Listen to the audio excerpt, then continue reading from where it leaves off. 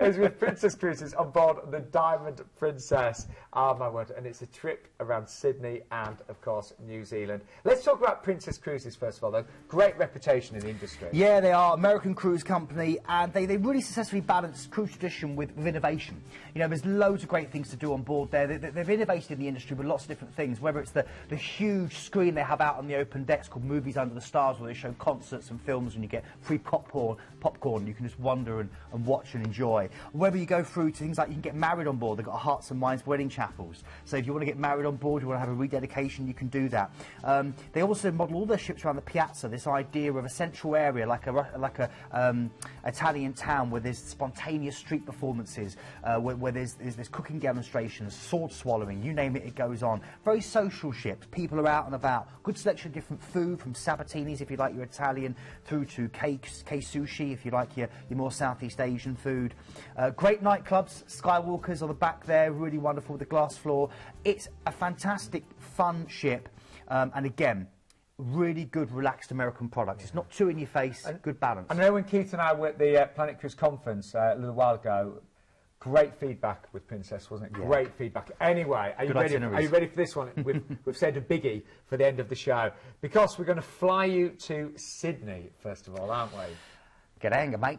This is incredible. This is an amazing itinerary. I spent so many happy days in Sydney. This is believed by many seafarers to be the most beautiful harbour in the world. You've got the wonderful coat hanger, the locals call it, the bridge, the iconic opera house you saw pictures of there. The whole of New South Wales is magical. Beach upon beach upon beach, Coogee through to Bronte, through to Bonsai. It's beautiful. There's the coat hanger. Great to walk along, walk over. And we should say we were actually giving you the chance to stay here for 3 nights in a hand-picked hotel. That's right, a really good location. And remember, the whole of Sydney's got, almost like large parts of the harbour are edged with the bush. Parts cut through the city. It's a very green city. Now, the great thing is we're giving you a free tour here, an all-day trip, an Australian wildlife tour, where you're going to get a chance to go out into the Blue Mountains. You're going to go to the Warrada Aborigine Centre. Then you're going to go through and get a chance to go on the scenic railway, or the cable rail, Skyways it's called, which is incredible and give you great views of the Three Sisters rock formation. You're also going to get a chance to then go and have an animal encounter in the Featherdale Park. This is all included, and in the Featherdale Park you can have your photo taken with a cuddly koala, see the kangaroos, the wombats, the dingoes, and the little fairy penguins. It's an incredible tour, and that's all part of it, and that's all part of what you'll be able to do. That'll be you there with the kangaroos. I mean, what a fabulous start to your holiday of a lifetime. 3 nights there, so the Blue Mountains Australian Wildlife Tour.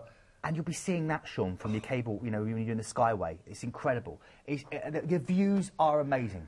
That's only the start there, because we transfer you from the hotel to port, and then you've got a 12-night cruise on board the Diamond Princess. Yeah. And you've got a few days to see, and then it's Auckland, isn't it? That's right. 2 days relaxing, enjoying that beautiful ship before you hit Auckland. And this is literally straddling a narrow strip of land, which is created by 60 different volcanoes, would you believe it?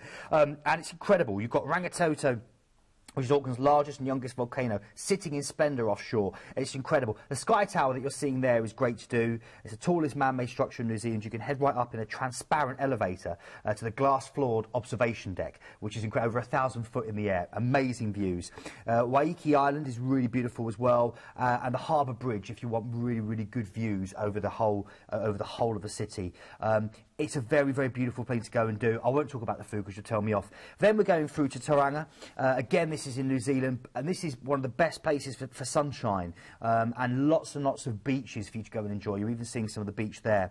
Captain Cook called this area the Bay of Plenty when he docked and had to restock. You've got the Rainbow Springs spread over 22 different beautiful acres. You've got the trout pools there you can see, and you can go and see the kiwi, the famous bird that's obviously on their flag that's native to the islands. Look at that. That's some of what you're going to be able to see here. That's Mount Managua. Now that is literally right by where you dock. You can climb up again for amazing views, or you can do these sky rides, these skyline sky rides all the way along, gondola car cable rides right up there, giving you incredible views.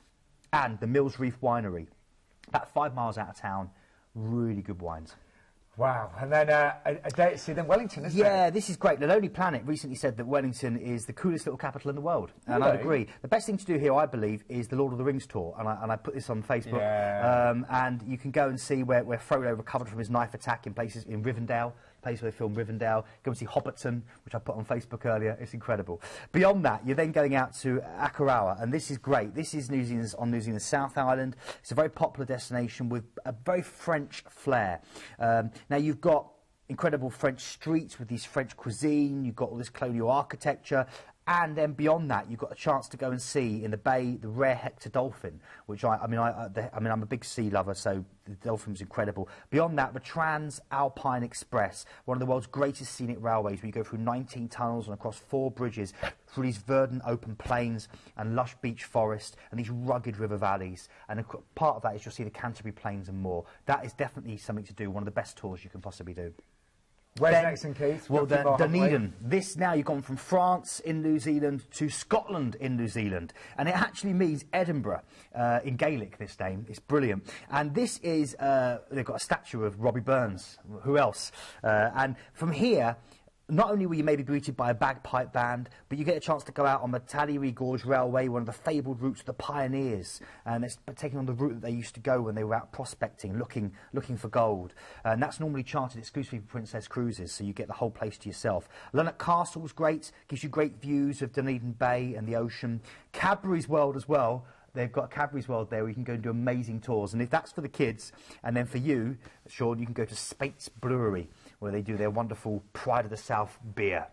I quite fancy the chocolate, actually. Fiordland National Park next, yeah, isn't it? This is, they reckon it's the greatest walking capital of the world. That's all I can say. Look at the views. You're seeing that when you're walking around. It is like being Frodo or being Gandalf and wandering through the set of Lord of the Rings. It's incredible. We said we saved a spectacular cruise for the end of the show. 2 final days at sea, then back to Sydney.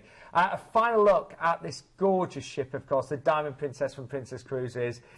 It is a trip of a lifetime. And when you think about what's included there, you know, all of your flights, your transfers, the extra nights in Sydney, this amazing cruise, all of that whole experience is under $2,700.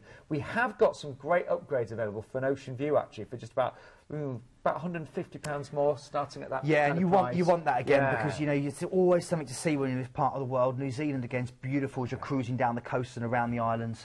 And again, we in terms of flights, we can provide flights from most UK airports. Just ask about those, and we are going to include that fantastic Blue Mountain and Australian wildlife tour. Now, all of our cruises and holidays is really important. We want you to really know you are in very, very safe hands. So everything is ATOL and ABTA protected. They all include your transfers.